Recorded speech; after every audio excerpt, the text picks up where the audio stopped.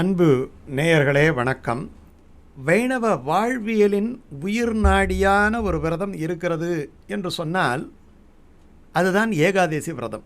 இந்த ஏகாதசி விரதம் அவசியம் எல்லாரும் இருக்கணும்.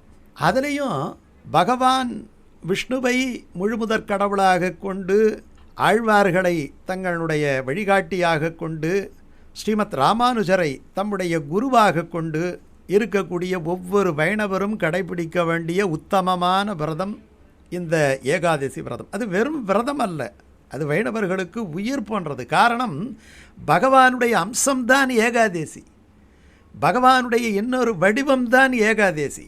அப்போ உபவாசம்னா என்ன? பகவானை நினச்சிக்கிட்டே இருக்கணும். அப்போ சாப்பிடக்கூடாதான்னா சாப்பிட்லாம். என்ன சாப்பிடணும்? பகவானுடைய நாமங்களை உண்ண வேண்டும். உண்ணும் சோறு பருகு நீர் தின்னும் வெற்றிலை எல்லாம் கண்ணனே, உண்ணானால் பசியாவது ஒன்றில்லை, ஓம் நமோ நாராயணா என்று என்றைக்கு சொல்லவில்லையோ, என்றைக்கு அவனை துதிக்கவில்லையோ அதுதான் பட்டினி நாள் என்று பெரியாழ்வார் சொல்கிறார். அதனால் ஏகாதசி விரதம் என்பது பகவானை நினைக்கக்கூடிய நாள். உபவாசம் என்று சொன்னால் பகவானுடைய அருகிலே வாசம் செய்யக்கூடிய ஒரு நாள் என்று அர்த்தம். அப்போ விட்டு போகிறோமா அப்படின்னா அப்படி கிடையாது. அந்த நாளிலே முழுக்க முழுக்க பகவானை நினைக்கிறோம். இன்றைக்கி ஏகாதசி என்று சொன்னாலே பகவான் முழுக்க ஆக்கிரமித்துக் கொள்கிறான். ஒரு உறவினரை நினைத்தால் அந்த உறவினரோடு நம்ம சேர்ந்திருக்கக்கூடிய மகிழ்ச்சியான தருணங்கள் இருக்கும் அல்லவா? அதை போல இந்த ஏகாதசி விரதத்தை நினைக்கும் பொழுது மற்ற நாட்களை விட நமக்கு ரொம்ப அணுக்கமாக பகவானுடைய அந்த எண்ணங்கள், பகவானுடைய குணங்கள், பகவானுடைய செயல்கள் எல்லாம் நமக்கு வந்து விடுகிறது.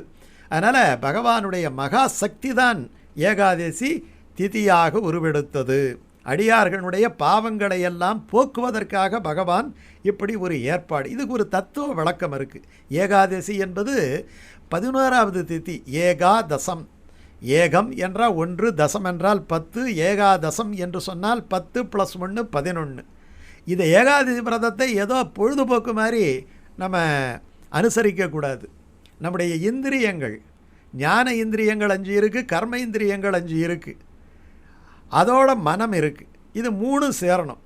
அதாவது நம்ம கை கும்பிடும், ஆனால் மனசு வேறு ஏதாவது நினச்சிக்கிட்டு இருக்கும். அப்போது கைக்குரிய செயலுக்கும் மனதுக்குரிய செயலுக்கும் ஒன்றுக்கொன்று வந்து தொடர்பில்லாமல் இருக்கும். இதை திரிகரண சுத்தி என்று சொல்வார்கள். திரிகரண சுத்தி என்றால் மனம், வாக்கு, செயல், இது 3ம் ஒன்றாக இருப்பதற்கு பேர்தான் தூய்மை என்று அர்த்தம். இது ஆண்டாள் சொல்லுகின்றால், தூயோமாய் வந்து நாம் தூமலர் தூவி தொழுது அப்படின்ட்டு. அப்போ இந்த தூய்மை என்பது தான் இந்த 11ம் ஒன்றாக இணைவது. அதனால தான் ஏகாதசி விரதத்தில் நமக்கு லௌகீக விஷயங்களிலிருந்து விலக்கி பகவத் சிந்தனையிலே ஈடுபட வேண்டும் என்று சொல்லுகின்றார்கள். இது இந்த விசுவாச வருஷத்தினுடைய நிறைவு ஏகாதசியாக வருகிறது. ஒரு வருஷத்தில் 24 வரும், சில வருஷத்தில் 25 வரும். இப்போது இது நிறைவு. இதுக்கு அடுத்த நாள் தமிழ் வருஷ பிரபு பராபவ வருஷம் பிறந்துருது. இந்த வருடத்தினுடைய நிறைவு ஏகாதசி. நிறைவு என்றால் நம்ம என்ன பண்ணுவோம்? பூஜையிலேயே நிறைவுன்னா அதை சாத்துமரைன்னு சொல்லுவோம். பாக்கி நேரத்தில் வராட்டி போனாலும் கூட அந்த பூஜை முடியக்கூடிய அந்த தருணத்திலே நம்ம ஆரத்தியெல்லாம் எடுத்து அது பிரமாதமாக நம்ம அந்த சாத்துமரை பண்ணுறோம் இல்லையா? அந்த மாதிரி இந்த ஏகாதசி சாத்துமரை ஏகாதசின்னுட்டு கூட நம்ம வச்சுக்கலாம். அதனால் பாவங்களை எரித்து தூய்மையாக்கக்கூடிய அந்த ஏகாதசி, புத்தாண்டுக்குள் நுழைய இருக்கக்கூடிய அந்த வருஷத்தின் முதல் நாள் வருவது சிறப்பு. திருமஞ்சனம் பார்த்திங்கன்னா எல்லா கோயில்லையுமே பெருமாளுக்கு திருமஞ்சனம் ஓஹோன்னுட்டு நடக்கும். ஏகாதசி திருமஞ்சனம்னுட்டு திருவரங்கத்தில் அந்த மண்டபத்தில் நம்பெருமாள் இந்த ஒற்றை ஆடையுடன் ஏகாதசி திருமஞ்சனம். அப்போ தான் அவர் சொல்லுவார், உன்னுடைய ஆத்மா என்னை சேர்ந்ததுன்னுட்டு. நம்ம சொல்லுவோம் என்னுடைய ஆத்மா என்னை சேர்ந்ததுன்னுட்டு. அவன் துவம்மேம்மா, நம்ம அகம்மே என்று சொல்லுவோம். இது ஒரு விளையாட்டு, அழகிலா விளையாட்டுடையார் என்று சொல்வது போல நடந்து கொண்டு இருக்கிறது. என்றைக்கு நீ சொல்கிறது வாஸ்தவம் தான், நான் உனக்கு உரியவன் தான் என்று இந்த ஆத்மா நினைக்கிறதோ அன்றைக்கி ஏகாதசி விரதத்தினுடைய பலன் நமக்கு பூர்ணமாக கிடைத்து விடுகிறதுன்னு அர்த்தம். இப்படி ஏகாதசியில் தான் ஒரு நாள் திருமஞ்சனம் பண்ணும்போது பகவான் யோசனை பண்ணானா, எல்லாரும் நம்முடைய திருவடியையே சொல்லுகின்றார்களே, தேனே மலரும் திருப்பாதம்னுட்டு, அந்த திருவடியில் தேனே இருக்கா, நம்மளே சுவைச்சு பார்ப்போமான்னுட்டு நினச்சிக்கிட்டு கண்ணனுடைய அவதாரம் எடுத்தாராம். அதனுடைய கண்ணன் படத்தில் பார்த்தீங்கன்னா கால்கட்டை விரலை எடுத்து சுவாமி வாயில் வச்சுருப்பார். இந்த ஆழ்வார்களெல்லாம் சொல்கிறது சரிதானா அப்படின்ட்டு பகவானே ஒரு அவதாரம் எடுத்தாராம். இந்த அவதாரம் எடுக்கிறதுக்கு ஒரு நேரம் வேணும் இல்லையா? அது என்ன நேரம்னா, ஒரு நாள் ஏகாதசி அன்னைக்கு பிரமாதமாக திருமஞ்சனமெல்லாம் நடந்து அவருக்கு வாசனை புகை போடுறாங்க.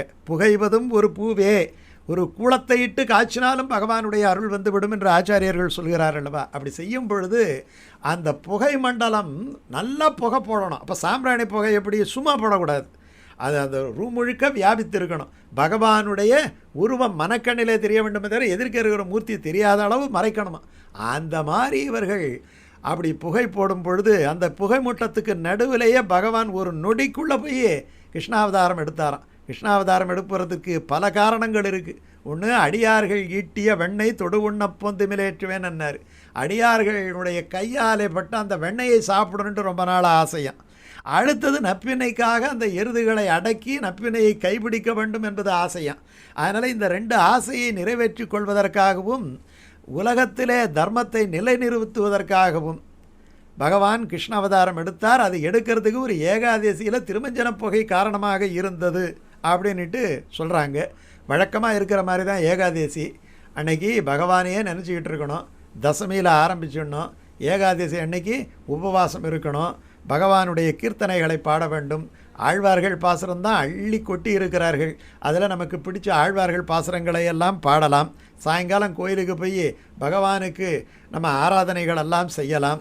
தாயார் சந்நிதியை சுற்றி பிரகாரத்தில் ஆழ்வார் பாசுரங்களை பாடிக்கொண்டே வலம் வரலாம்.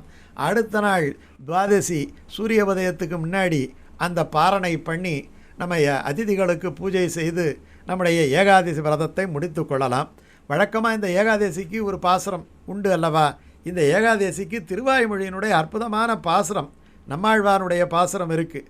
கொண்டல் வண்ணா குடக்கூத்தா வினையேன் கண்ணா கண்ணா என் அண்டவானா என்று என்னை ஆள கூப்பிட்டு அழைத்தக்கால் விண்டன் மேல்தான் மண்மேல்தான் விருநீர் கடல்தான் மற்றுத்தான் தொண்டனேன் உன் கடல் காண ஒரு நாள் வந்து தோன்றாயே. ஆழ்வார் சொல்கிறார், எல்லா உலகத்திலும் வியாபித்திருக்கக்கூடியவனே, அடியார்களுக்கெல்லாம் அருள்பவனே, காளமேகம் போன்ற கருணை வடிவானவனே, மேகம் எப்படி பிரதிபலன் பாராமல் மழையை பொழிகிறதோ அதை போல அடியார்களுக்கெல்லாம் அள்ளி அள்ளி அருள்மழை பொழிபவனே, குடக்கூத்தனே, ஆயர்பாடியிலே குடங்களை ஏந்தி ஆடியவனே. இது பகவான் பக்தர்களை மகிழ்விக்க செய்யும் லீலைகள். வினையேன் கண்ணா, மகாபாபியான எனக்கு கண்ணனாக எளியவனாக இருப்பவனே, கண்ணா கண்ணா என்று ஆழ்வார் இருமுறை அழைப்பது அந்த ஏக்கத்தினுடைய வெளிப்பாடு. ஆள கூப்பிட்டு அழைத்தக்கால் நீயே எனக்கு தஞ்சம், என்னை வந்து ஆட்கொள் என்று நான் கதறி அழைக்கும் பொழுது நீ என்ன பண்ணணும்? எனக்கு தோன்ற வேண்டும், உன் கடல் காண என் முன்னாலே தோன்ற வேண்டும். எல்லா உலகங்களுக்கும் அதிபதியாக இருந்தாலும் வெண்ணெய் திருடி குத்தாடிய எளியவனே, நான் செய்த வினைகள் நீங்கி உன் திருவடியை காண நீ எனக்கு ஒரு முறை காட்சி தர வேண்டும் என்று இந்த ஏகாதசியினுடைய வேண்டுகோளாக இந்த பாசுரத்தின் மூலம் ஆழ்வார் அந்த பகவானை பிரார்த்தனை பண்ணுகிறார். இந்த ஏகாதசியிலே இந்த பாசுரத்தை பாடி நம்ம பிரார்த்தனை பண்ணுவோம்.